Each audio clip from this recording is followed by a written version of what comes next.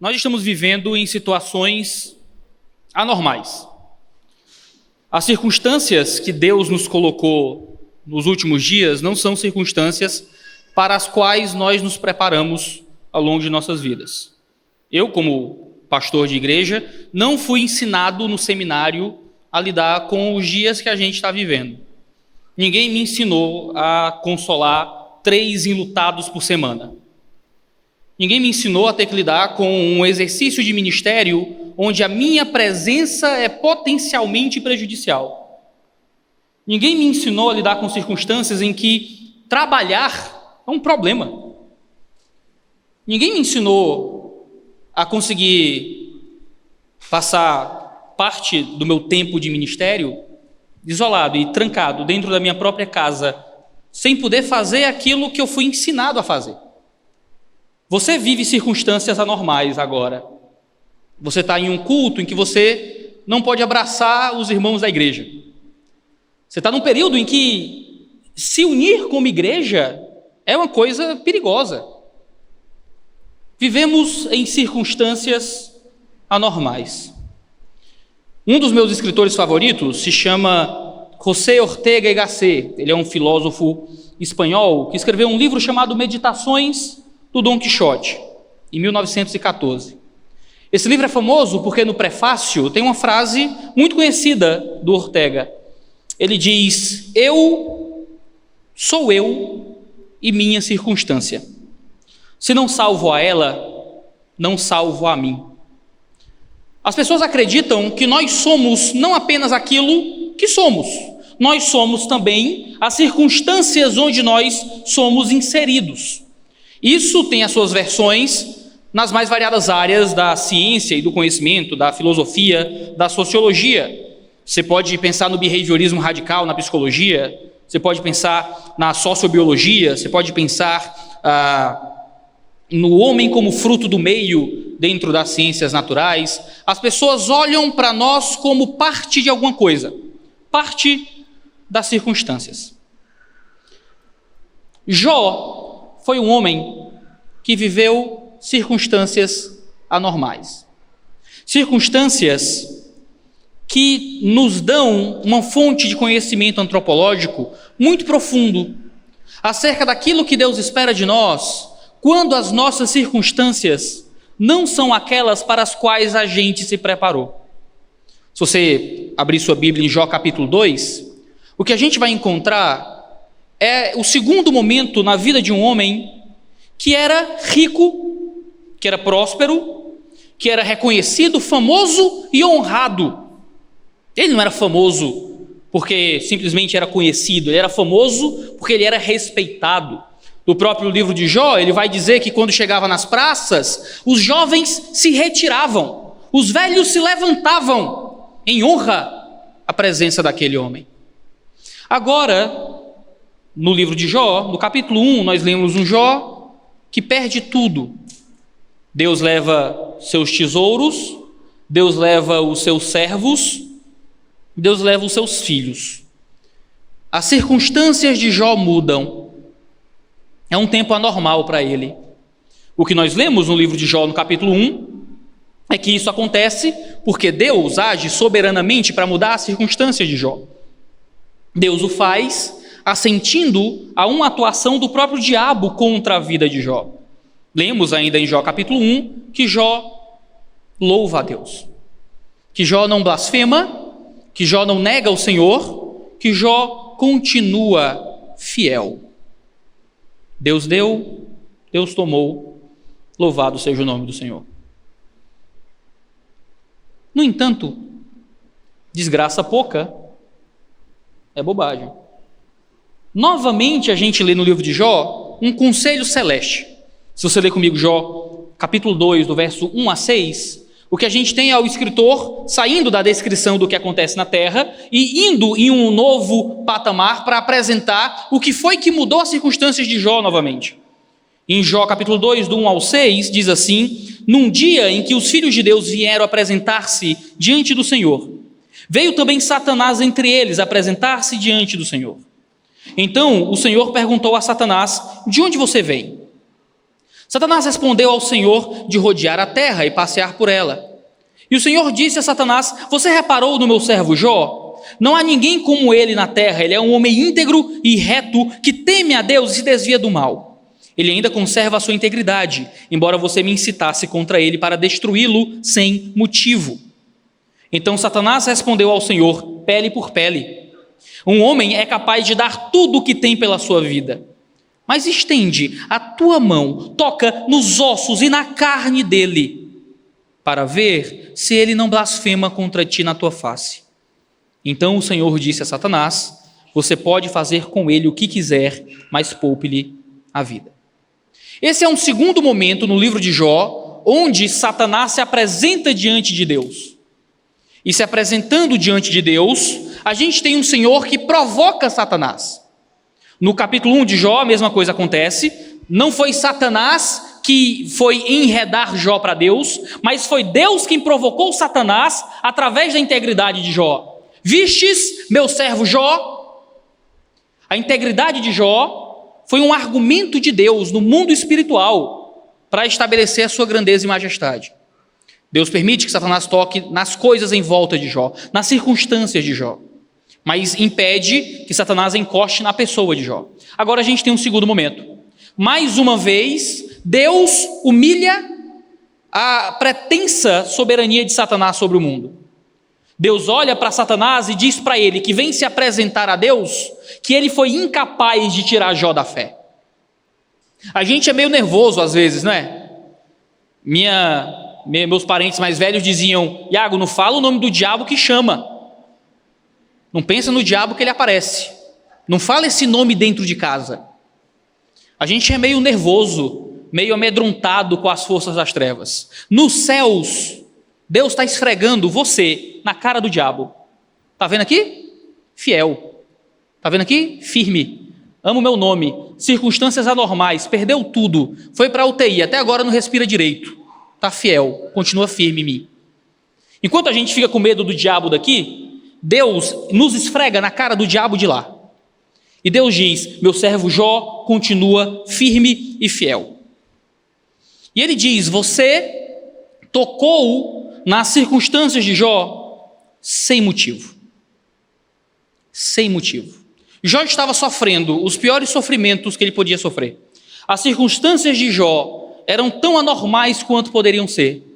E o que Deus diz é que aquele sofrimento que veio sobre Jó era um sofrimento sem motivo. E isso é a declaração do próprio Deus. Jó, infelizmente, não podia ler o livro de Jó.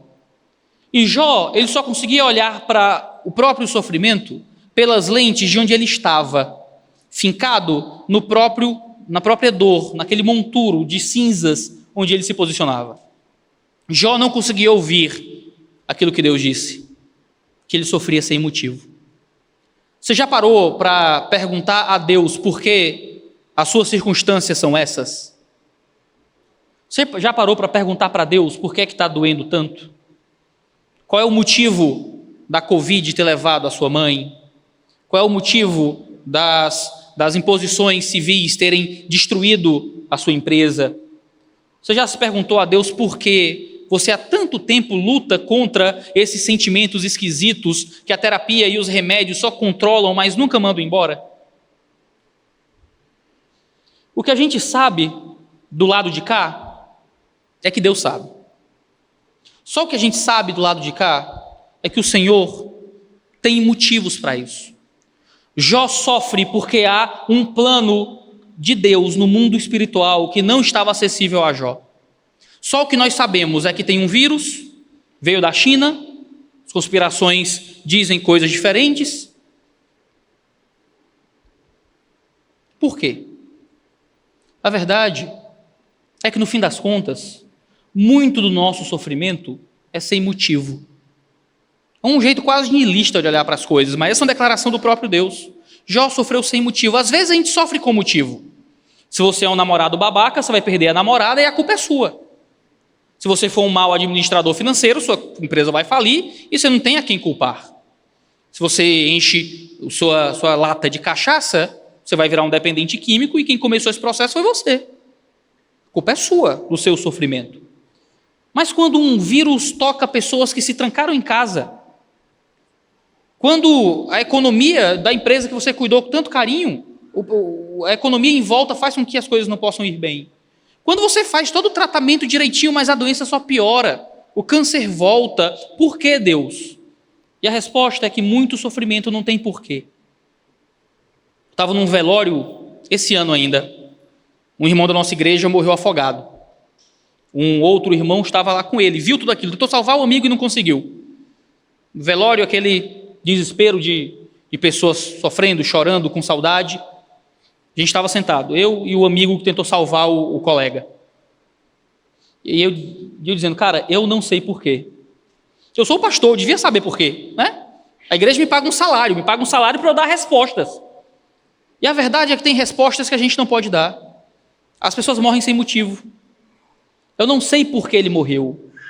Eu pude abraçar o meu amigo, desculpem os protocolos de Covid, em velório eu abraço. Eu disse, cara, eu não sei por quê. Só o que eu sei é que Deus sabe. E isso é fé, não é? Não é assim que Hebreus 11 descreve o que é a fé? É a certeza daquilo que não se vê?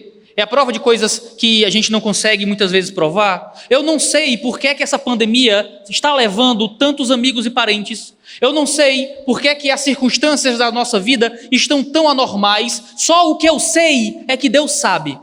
E se Deus sabe, eu me sinto seguro. Se o motorista sabe o caminho, eu não me preocupo quando eu estou no passageiro. Deus sabe. Eu não sei por que você passou por tudo que passou ao longo desse tempo. Eu não sei quais sofrimentos acompanham a sua vida, com pandemia ou sem pandemia. Só o que eu sei é que enquanto nós ficamos procurando motivos para tanta dor e sofrimento, nós deveríamos, na verdade, encontrar consolo, não em explicações racionais e lógicas para os problemas, mas numa explicação muito mais profunda, que cobra muito mais do nosso coração. Por mais que desse lado da eternidade pareça sem motivo, eu sei que do outro lado da eternidade há um Deus que sabe, e que talvez um dia Ele me explique, mas talvez não. Talvez quando chegarmos diante dEle no último dia, Ele seja toda a resposta que a gente precise. E a gente não entendeu, mas por que Covid? Mas Deus, mas por que o câncer? Deus, por que a depressão? Quando a gente chega lá, os porquês se desamarram, porque nós já olhamos para aquele que é a única resposta que a gente precisa. No fim do livro de Jó, Jó não tem a resposta dos porquês. Ao fim do livro, Deus não aparece para explicar para Jó por que é que ele sofreu. Deus só aparece. E ouvir Deus e ver Deus foi o suficiente para Jó. Confiar naquele Deus que nós vemos pela fé é aquilo que vai nos manter firmes e fiéis em circunstâncias que não são normais. Satanás tocou nas circunstâncias de Jó, Jó continuou fiel. Mas Satanás é orgulhoso, Satanás não pede desculpa, Satanás não volta atrás. Satanás dobra a aposta. Ele diz, claro que Jó continua fiel. A gente tirou as coisas em volta de Jó, eu não pude tocar em Jó. Quem é que vai abandonar a Deus só porque perdeu umas coisinhas? Bom, vários de nós abandonaríamos, mas Jó não abandonou. Então ele diz, se eu puder tocar no corpo de Jó, então eu poderei tirar Jó da fé.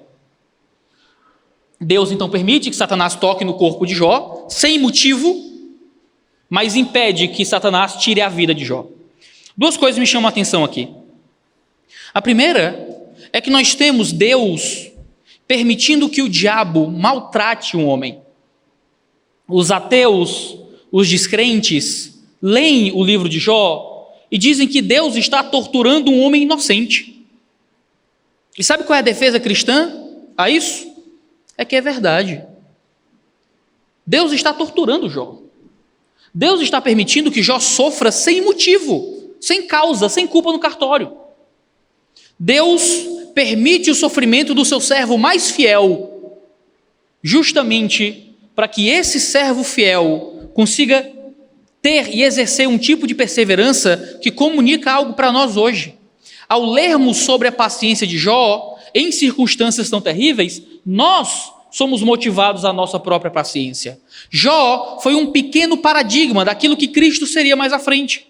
Um Deus que tortura o seu filho perfeito, que mata o seu filho, para que ele seja o paradigma da nossa própria salvação, onde o Filho de Deus recebe os nossos pecados sobre o seu corpo e é morto, é moído pelo próprio Deus. O Deus que agradou-se de moê-lo usa isso como um instrumento para a nossa própria salvação. Deus tortura Jó. E um homem fiel, honesto, justo. Deixa eu dizer isso da forma mais cuidadosa que eu posso, tá? Isso muda a forma como eu me enxergo dentro daquilo que Deus está construindo na história. Eu não sou o umbigo do universo. Eu não sou o motivo e o plano máximo da atuação de Deus no mundo. Deus não poupou seu próprio filho, como me poupará de dores e sofrimentos nessa vida? A gente imagina que Deus está nos céus olhando para nós apaixonado como uma paixão romântica de um adolescente que olha e quer nos proteger de toda e qualquer dor.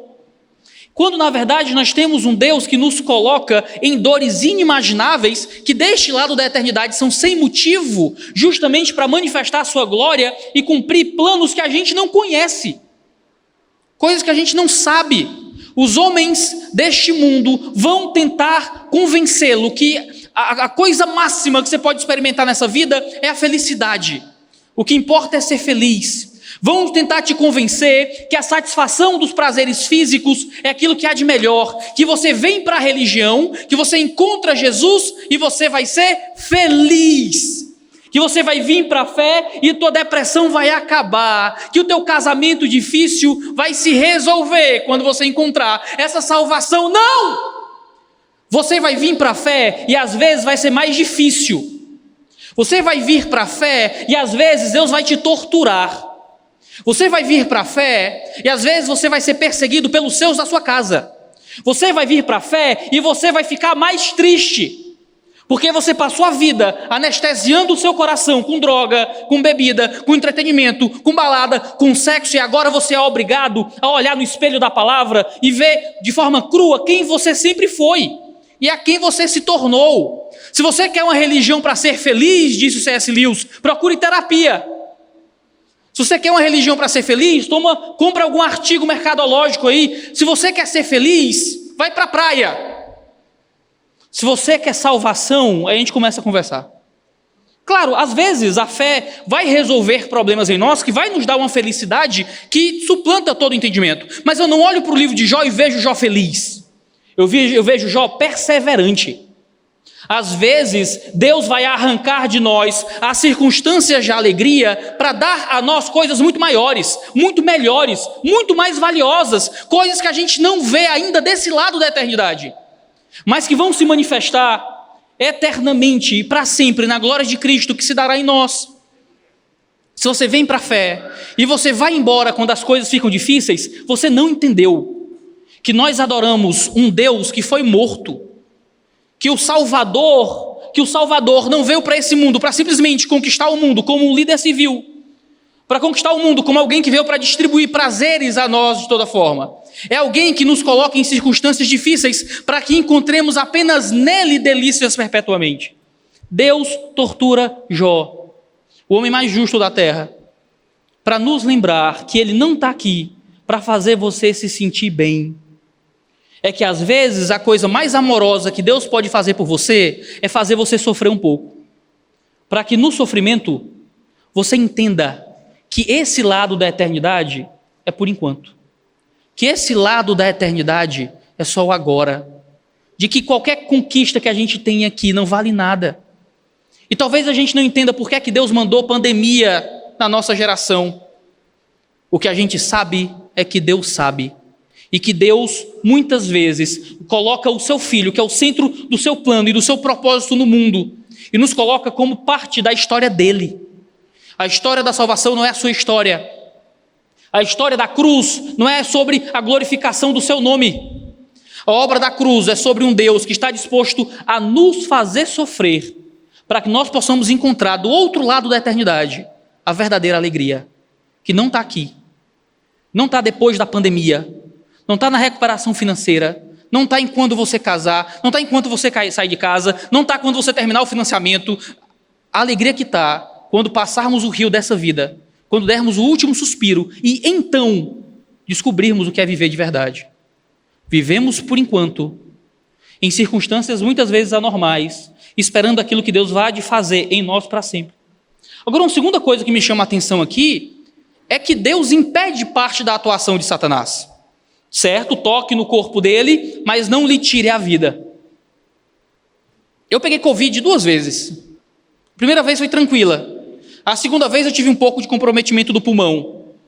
E se você for como eu, um pouco de comprometimento no pulmão, na sua cabeça significa morte certa e iminente. É assim que funciona, é assim que eu imaginei, né? Segundo o Google, certo? Qualquer dor na unha, você está a um passo do apocalipse. Então, já foi aquele momento que você pensa, né? Você está lá no hospital, te fazendo aquela saturação e vendo como é que está ali o seu pulmão, e tem lá uns 15% de comprometimento, não sei o quê.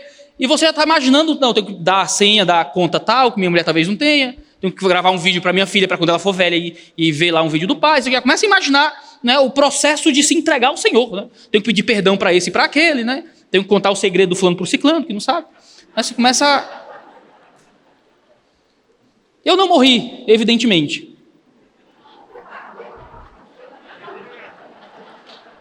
Alguns colegas morreram. Parentes de amigos morreram. O grupo no WhatsApp da minha igreja, esse ano, parecia um obituário. Dia sim, dia não, morria o parente de alguém. Dia sim, dia não, morria o vizinho de alguém. Deus permitiu que Satanás tocasse em nós. Mas veja, Deus não permite que Satanás toque em nós sem limitações. Eu peguei Covid, Deus permitiu que Satanás me desse Covid. Deus não permitiu que Satanás me matasse por Covid. Deus permitiu que Satanás tocasse em você, de alguma forma, durante esse tempo, talvez. Ou não, ou talvez você viveu uma redoma de segurança inacreditável, e você não adoeceu, você não pegou a peste, você não faliu, a sua vida financeira melhorou, talvez. Veja, a gente passa por muitos males, por muitos sofrimentos, e o sofrimento tem um poder de atrair toda a nossa atenção. Eu peguei Covid, aquilo é tudo que eu podia ver. Eu perdi dinheiro, e aquilo é tudo que chama a atenção para mim. Mas veja, quantas áreas da nossa vida continuaram protegidas por Deus, enquanto Ele permitia que Satanás tocasse em outras áreas. Deus levou minha saúde, meu casamento está bem, minha filha está saudável. Deus levou, talvez, o seu dinheiro, mas a sua saúde está aí, você está vivo aqui. Talvez você ainda esteja com dificuldade para recuperar o pulmão, talvez você esteja assistindo aí de casa, na transmissão online, e ainda tendo que fazer fisioterapia pulmonar, você está vivo. Deus ainda limita a atuação do diabo sobre nós. Deus trabalha através do trabalho do diabo. E isso é uma das coisas mais loucas do livro de Jó. Porque Deus não toca diretamente em Jó, Deus libera para que Satanás toque em Jó, como se Satanás fosse um cachorro furioso, mas que ainda continua na coleira de Deus. Deus opera em nós através do mal que Satanás tenta operar em nós e não consegue. Porque somos mais que vencedores. Essa não é a linguagem paulina? Somos mais que vencedores como? É porque a gente vai ganhar todas as bênçãos desse mundo? Eu sou mais que vencedor, então vou conseguir passar no Enem. Eu sou mais que vencedor, vou conseguir pagar a entrada da casa própria. Eu sou mais que vencedor. Quando Paulo diz que somos mais que vencedor, como? É na fome, é na doença, é na espada, é no perigo, é sendo entregues à morte todos os dias. Somos mais que vencedores, por quê? Porque mesmo dentro do sofrimento, nos gemidos da criação, Deus usa o sofrimento para nos fazer mais parecidos com Jesus, porque nada pode nos separar do amor de Deus que está nele. Veja, nós não somos só vencedores, pessoas que não são derrotadas pela dor e o sofrimento. Nós somos mais que vencedores, somos pessoas que são beneficiadas pela dor e o sofrimento. O inimigo se levanta contra nós, Satanás tenta nos derrubar, ele tenta nos mastigar, e os dentes dele, ao invés de nos ferir de fato, só consegue prejudicar a nossa carne. Porque Jó terminou o livro mais próximo de Deus. Eu não sei como vai estar o seu corpo no fim da pandemia. Eu não sei como vai estar a sua empresa no fim da pandemia. Eu sei que se você permanece, a sua fé vai estar mais próximo de Deus no fim da pandemia. O seu coração vai estar mais próximo de Deus no fim disso tudo. Tudo que nós precisamos é continuar crendo, sem saber. Por que passamos por isso tudo? Eu não faço ideia. Eu só sei que Deus sabe. E se Deus sabe, eu posso confiar, mesmo quando Satanás tenta tocar em mim. O resto do texto sai do céu e volta para a terra. Esse é o último momento no livro de Jó, onde a gente tem a revelação desse acerto espiritual que se dá nos céus entre Deus e Satanás. Agora fecha-se as cortinas, se muda aqui algo do palco, e agora a gente está novamente olhando para Jó. Diz a partir do verso 7: Então Satanás saiu da presença do Senhor e feriu Jó com tumores malignos, desde a planta do pé até o alto da cabeça. Jó, sentado em cinza, pegou um caco de barro para com ele raspar as feridas. Então a mulher dele disse: Você ainda conserva a sua integridade? Amaldiçoe a Deus e morra. Mas Jó respondeu: Você fala como uma doida. Temos recebido de Deus o bem, por que não receberíamos também o mal? Em tudo isso, Jó não pecou com seus lábios. O texto fala então que Satanás sai da presença celestial do Senhor, vem para a terra, encontra Jó e então toca no corpo de Jó, o ferindo com tumores malignos. No hebraico é uma palavra muito difícil, você não sabe exatamente o que são esses tumores malignos. Alguns vão argumentar talvez que fosse até uma doença nova, espiritual, que não existia. Ao longo do livro fala de tumores, com pus, bichos saem e entram das feridas. Parece uma linguagem talvez exagerada, metafórica, mas quem sabe seja literal. Realmente havia vermes andando dentro do corpo, por fora do corpo de Jó. Ele emagrece ao ponto de ficar só pele e osso. Jó entra em um estado físico completamente anormal. Não basta as suas circunstâncias serem terríveis. Ele perdeu 10 filhos, perdeu todo o dinheiro, perdeu todos os bens. Agora ele perde a sua saúde. O texto dá a entender que essas coisas não foram muito distantes umas das outras. Jó estava lamentando, ainda chorando a morte de seus filhos. E então ele adoece. E o texto diz que ele se coça com um caco de telha, com um caco de barro. Eu acho que esse não é o tratamento ideal para tumores malignos. Se raspar pústulas com caco de telha. O pessoal da medicina aqui pode achar isso uma coisa um pouco alternativa aí. Quem sabe um TCC sobre caco de telha em pústula seja útil. Jó só queria aliviar a sua dor. Jó só queria aliviar a coceira. E Jó continua fiel. Não sei como é que é aqui, eu acho que aqui no sul o pessoal deve ser menos brega do que lá no Nordeste. Mas em Fortaleza é muito comum o pessoal andando em carro com coisas escritas atrás. Foi Deus que me deu, sabe? Fruto do dízimo, assim atrás. Geralmente nunca é carro bom, geralmente é um Monza, é uma coisa meio assim, né? Foi Deus que me deu. Deus tem a maior frota de Chevette do mundo. Jó só podia escrever num caco de telha. Ele podia desenhar com pulso. Foi Deus que me deu. Jó não tinha mais diante dele tudo aquilo que poderia fazer com que ele se orgulhasse da bênção de Deus. Jó só tinha a fé e um caco de telha. Jó só tinha a esperança, a certeza de um Deus que estava com ele e um caco de telha para se coçar. Eu não sei se você tem itens afetivos, coisas assim. Eu lembro quando eu lancei meu primeiro livro, tudo deu errado. O livro não estava chegando, aí faltou luz na hora poucas horas antes do lançamento. Pegou fogo o poste na frente da igreja. Pegando fogo lá em cima. Nunca vi isso na minha vida. E eu lá desesperado, eu com uma caneta, eu comprei uma caneta para assinar os livros, sabe? 21 anos, pagaraço. Comprei uma canetinha, aquelas boas. Aí eu estava lá aguentando, o livro não chegou, eu lá, feliz, não, tranquilo, vai dar bom. Aí pegou fogo no poste, não, vai dar bom e tal. E tudo dando errado, e rasgava coisa, e quebrava coisa, aí eu perdi a caneta. Aí eu fiquei desesperado. Porque eu não tinha mais a caneta.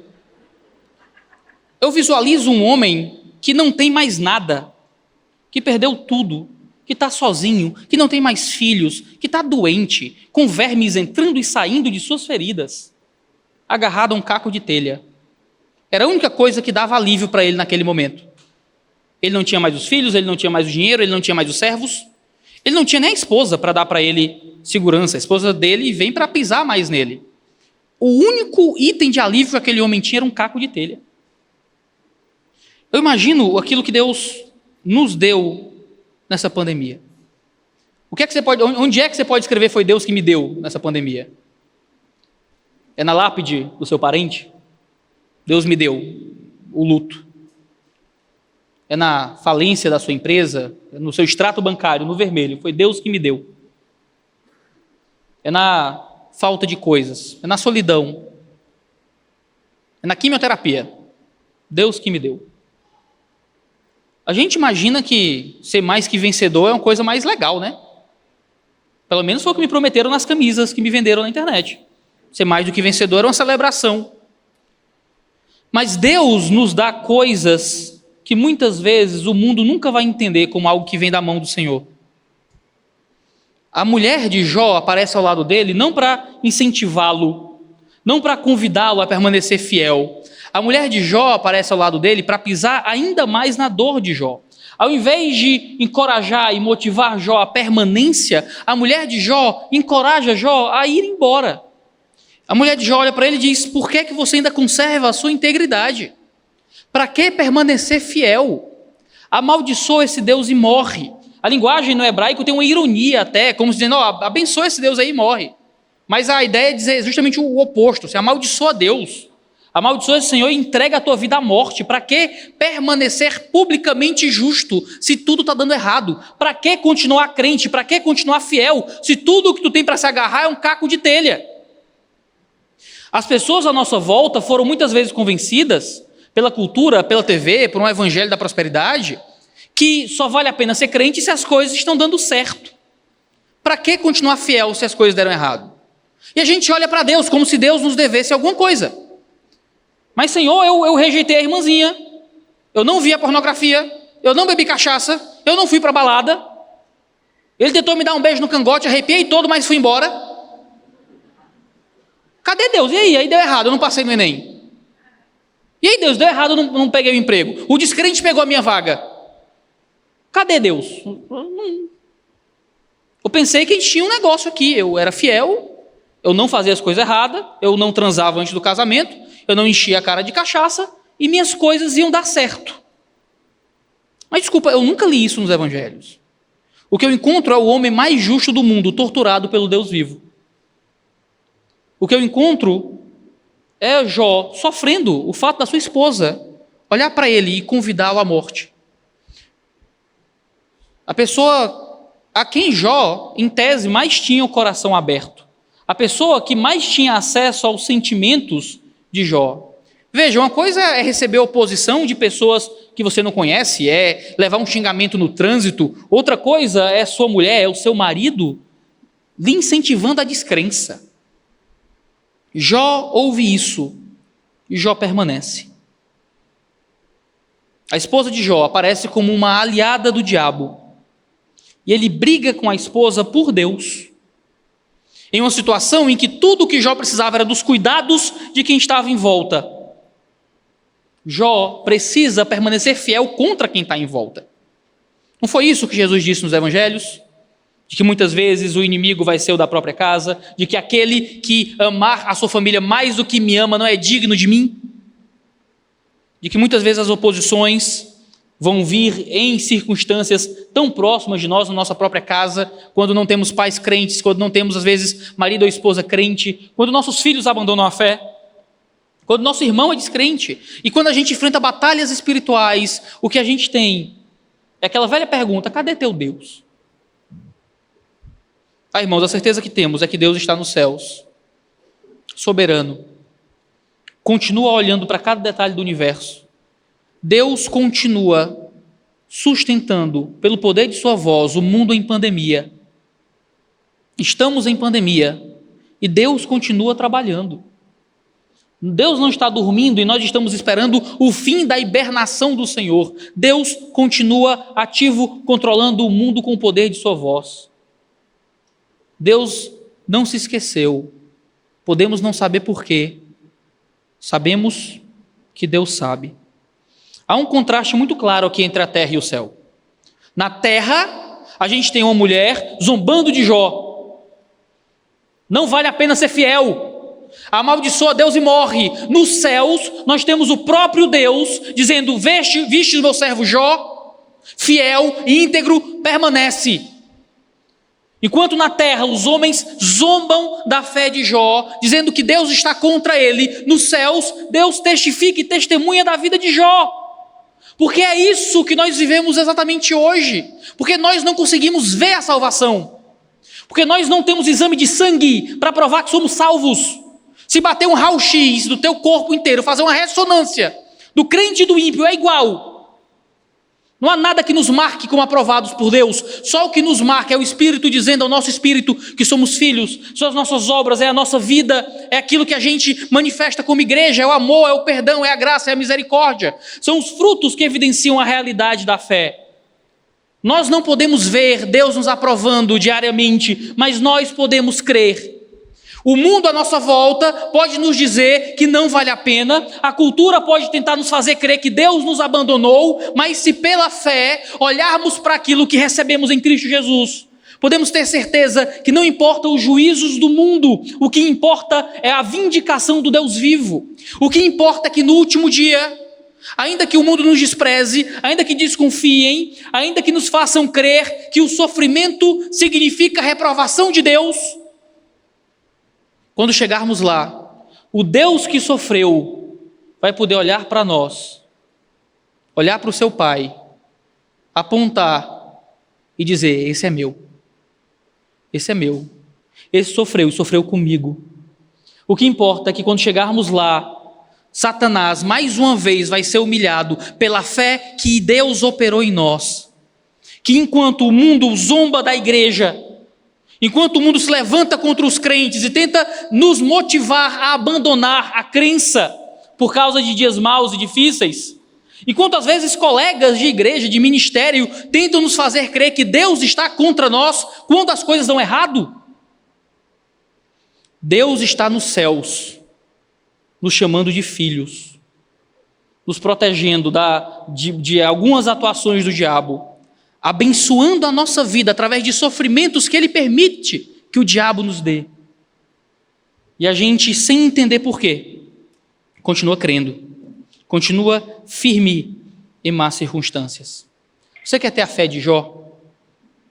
Entenda, o bem e o mal vêm da mão de um Deus soberano. Se a gente recebe o bem, por que rejeitaríamos o mal? Nós vivemos vários anos sem pandemia na nossa geração. Se nós louvamos o Deus quando Ele nos deu saúde, por que o rejeitaríamos quando Ele nos permite viver na doença? Deus nos deu talvez prosperidade financeira, talvez você não precisou se preocupar com a sua sobrevivência por algum tempo. E agora você vive no vermelho. E se você louvou o Deus que deu recursos, por que você rejeitaria Deus quando Ele os deixa? Quando Ele tira esse recurso de você, É o que Jó diz: recebemos o bem da mão de Deus, como rejeitaríamos o mal? Jó estava convicto que o mal veio da mão de Deus. Jó não tinha esse discurso mole de que não, Deus manda o bem, o mal é o homem, o mal é o diabo que dá uma rasteira em Deus e faz escondido. Não, o mal não o mal moral do pecado, mas o mal de circunstâncias difíceis, provém também da mão do Senhor. Deus mandou a pandemia, Deus mandou a doença, Deus mandou a desgraça sobre nós, Deus nos mandou circunstâncias ruins. Jó diz isso, não eu. E Deus diz: em tudo isso Jó não pecou com a sua língua. Jó tem um julgamento justo sobre o Senhor. Jó entende: foi Deus que me deu a doença. Eu adorei a Deus quando Ele me deu saúde. Eu vou continuar adorando enquanto eu raspo o meu corpo com caco de telha. Será que você está disposto a adorar a Deus quando as coisas não estão normais? Você está disposto a continuar adorando a Deus na UTI? Você está disposto a continuar adorando a Deus quando você perde alguém? Quando o teu filho está doente? Quando as contas não batem mais? Você adorou Deus quando as coisas estavam bem? Se você rejeita quando as coisas vão mal, o que é que você estava adorando de verdade? Se você adora a Deus quando você tem motivos de estar contente, e você o rejeita quando você começa a encontrar motivos para estar triste, no fim das contas, quem é o teu Deus? O teu Deus é a alegria, o teu Deus é o dinheiro, o teu Deus é a prosperidade, o teu Deus é a saúde? Ou o teu Deus é aquele que está sobre prosperidade e pobreza? Ou o teu Deus é aquele que está sobre a doença e a saúde? É por isso que Paulo diz que ele pode viver contente em toda e qualquer situação, porque tudo posso naquele que me fortalece. E tem a faixa na testa, tudo posso. E a gente acha que isso é porque eu posso fazer qualquer coisa. Eu tenho a capacidade de conquistar os meus objetivos. Quando Paulo diz, posso viver fome ou fartura, posso passar por dias bons ou dias maus, saúde ou doença, tudo posso porque Ele me fortalece. Jó louvou a Deus quando Jó era rico, Jó louvou a Deus quando Jó era miserável, Jó louvou a Deus quando Jó era saudável, Jó louvou a Deus quando Jó era doente. Você pode louvar a Deus no ar-condicionado, igreja bonita, muito bonita, Lipão, igreja. Está tudo bem, transmissão online, tem um púlpitozinho, uma aguinha. Se tua circunstância de fé fosse um pouco diferente, porque até hoje, muitos cristãos se reúnem em cavernas. Na África ainda tem ambientes subsaarianos, onde os irmãos viajam 5 horas para encontrar uma igreja para poder cultuar. Cidades interioranas, no sertão central, que a pessoa congrega 2 cidades ao lado. Não tem ar-condicionado, é quente. O microfone é uma porcaria, a caixa de som é do século XII. E se ficar ruim? Você continua firme, servindo, amando a igreja? Você bota o adesivo da igreja no carro? Quando o som está ruim? Não tem grana para trazer pregador do Brasil todo. Tem o Zé das Couves. Fez instituto teológico, nem seminário fez. Lê mais ou menos. Prega mais ou menos. Terno e gravata no sol quente. E você fica ali. Queria que a igreja fosse mais. Falta um avivamento. Né? E se as coisas não vão bem? Se o casamento está ruim? E se as coisas, já não estão do mesmo jeito? E se o filho não se recupera? E a empresa, só resta abrir outro CNPJ. Tentar pedir recuperação judicial da passada. Ver se dá para tentar de novo. E a namorada vai embora e não volta mais. E aí? E aí que o câncer, depois de 4 anos, aparece de novo. Veja, se nós temos fé apenas nas circunstâncias em que tudo está bem, nós temos fé nas circunstâncias que estão bem. Se nós louvamos a Deus quando Ele nos dá coisas boas e rejeitamos nos outros momentos, então nós louvamos as coisas boas. Nós não louvamos a Deus. A única forma de vivermos uma fé que é genuína e real é se nós vivermos uma fé no Deus que não muda, mesmo quando todas as circunstâncias estão se transformando. Deus é o mesmo Deus diante da pandemia. Deus é o mesmo Deus diante do luto e da doença e da dor e da morte. Deus não mudou nada. Por que o nosso relacionamento com Ele mudaria? Porque Ele mudou as nossas circunstâncias. Há um Deus poderoso, bom, que continua reinando sobre o mundo na pandemia. Jó tinha motivos para ir embora. Jó não pecou com a sua boca, porque Jó era mais que as circunstâncias. Porque ele não era ele e as circunstâncias. Ele não precisou mudar ou salvar as suas circunstâncias para salvar a si. José Ortega y Gasset não sabia de nada. Nós temos um Deus que está acima das circunstâncias. Nós temos um Deus que muda as nossas circunstâncias para mudar a nós, para que nós possamos suplantar tudo aquilo que está em nossa volta. Nós temos circunstâncias, mas as circunstâncias não nos têm. Nós estamos sobre elas. Iago, mas a minha criação, não importa. Você é mais do que isso. Iago, mas meus pais, e aí? Iago, mas eu tenho, mas meu contexto, mas você não sabe de onde eu vim, não importa. Há um Deus acima de você. Há um Espírito Santo supratemporal. Há um evangelho que se manifesta, que vem de fora da criação que seus pais lhe deram, que vem de fora dos traumas da sua infância. Existe um evangelho que permite que você não seja definida pelo seu histórico de abuso. Há um evangelho que vem de cima disso tudo, que permite que a sua fé lhe dê uma força que o mundo não entende. Que quando olham para você e dizem, rapaz, agora ele desmonta, agora ele vai embora. E no teu leito de morte você está consolando os parentes. Porque há uma fé maior que as circunstâncias. É engraçado que no fim do livro do capítulo 2 do livro de Jó, as coisas parecem começar a mudar. A gente lê a partir do verso 11 até o fim do capítulo, verso 13, quando 3 amigos de Jó ouviram que todo esse mal havia caído sobre ele, vieram cada um do seu lugar. Elifaz, o Temanita, Bildade, o Suíta, e Zofar, o Naamatita, tinham combinado ir juntos quando esse dele e consolá-lo.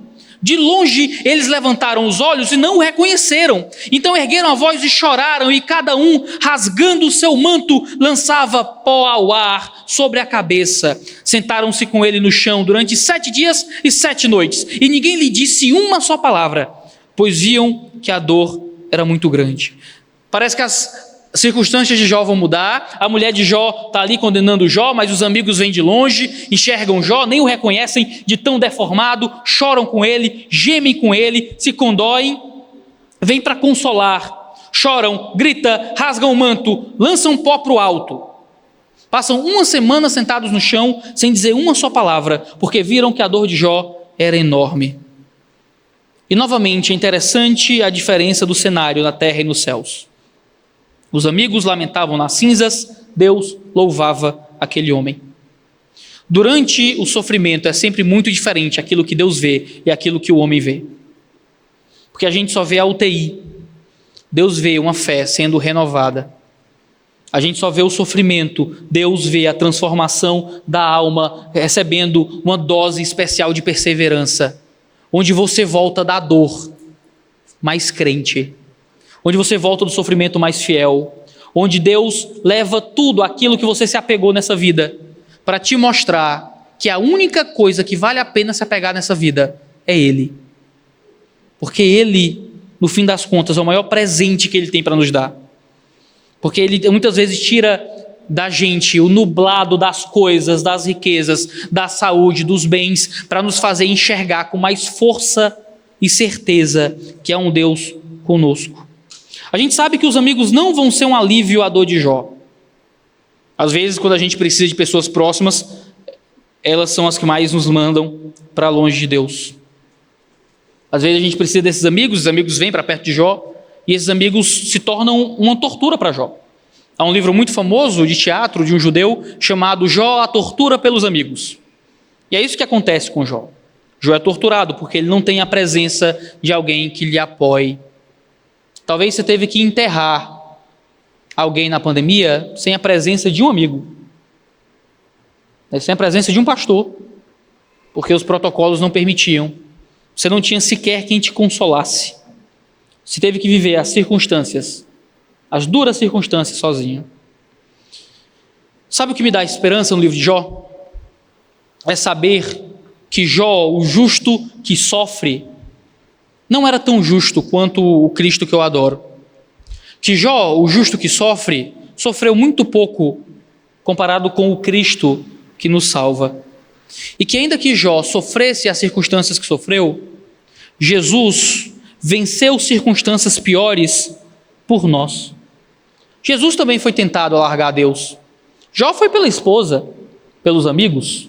O próprio Satanás falou com Cristo no deserto, para que ele transformasse pedras em pães, para que ele pulasse do alto do deserto. Jesus também sofreu no corpo. Jesus venceu o pele por pele. O homem dá tudo pela sua própria vida, mas Jesus deu tudo pela nossa. Entregou a sua vida para que nós encontrássemos redenção. Jó foi íntegro para permanecer firme na fé, mas Jesus foi fiel para que nós pudéssemos ser aceitos na fé. Muitas vezes nós pecamos com os lábios, mas em Cristo, Satanás perde novamente e continua honrando, e Cristo continua honrando o seu sacrifício por nós. Se você olha para a fé de Jó e fica desesperado, e diz, eu não conseguiria viver como esse homem, eu não conseguiria fazer o que esse homem fez, eu não conseguiria ter a integridade desse homem em circunstâncias tão extremas, veja, há um Cristo que conseguiu. Há um Cristo que passou por situações piores que a de Jó, recebeu tentações muito mais profundas que a de Jó, e foi muito mais fiel que Jó. E é nessa fidelidade que nós colocamos a nossa esperança. Não é na nossa capacidade de permanecer durante o sofrimento, mas na capacidade de Cristo Jesus, de enfrentando o sofrimento, ter aberto o caminho para que a gente só o siga. Hoje, o que nos cabe é unicamente crer no Cristo que sofreu, para que Ele nos permaneça e nos faça fiéis durante as circunstâncias. Você não continua porque você é melhor do que Jó. Você não continua porque você tem a mesma fibra de Jó. Você continua porque você tem a mesma fé de Jó. Eu não quero perguntar aqui quem é que tem coragem para permanecer durante o sofrimento, porque coragem eu não tenho. Eu quero saber quem é que tem fé para olhar para aquele que permaneceu durante o sofrimento e que pode seguir os passos daquele que levou a cruz por nós. Porque confiantes em Cristo é que a gente tem força para vencer as nossas circunstâncias. Eu não vou prometer que as coisas vão mudar. Eu não sei. Eu falo quando acabar a pandemia e uns colegas dizem se acabar a pandemia. Eu não sei se a vida vai melhorar. Eu não sei o que é que está reservado para a gente. No fim do ano passado, a nossa perspectiva é que tudo ia ser melhor. Eu imaginei que 2020 ia acabar e 2021 seria a capa de livro de Testemunho de Jeová. Criança brincando com leão, povo sentado, aquela coisa maravilhosa. Então o doutor Valbert lá na igreja pregou o primeiro sermão do ano, de 2021. Ele disse, pessoal, e se 2020 foi só o aquecimento? E se o bicho começar a pegar agora, a gente vai estar preparado? A gente disse, não, que é isso, pastor, pelo amor de Deus. E então a gente tem o dobro de mortes, até metade do ano. E se 2021.1 foi só o aquecimento ponto 2?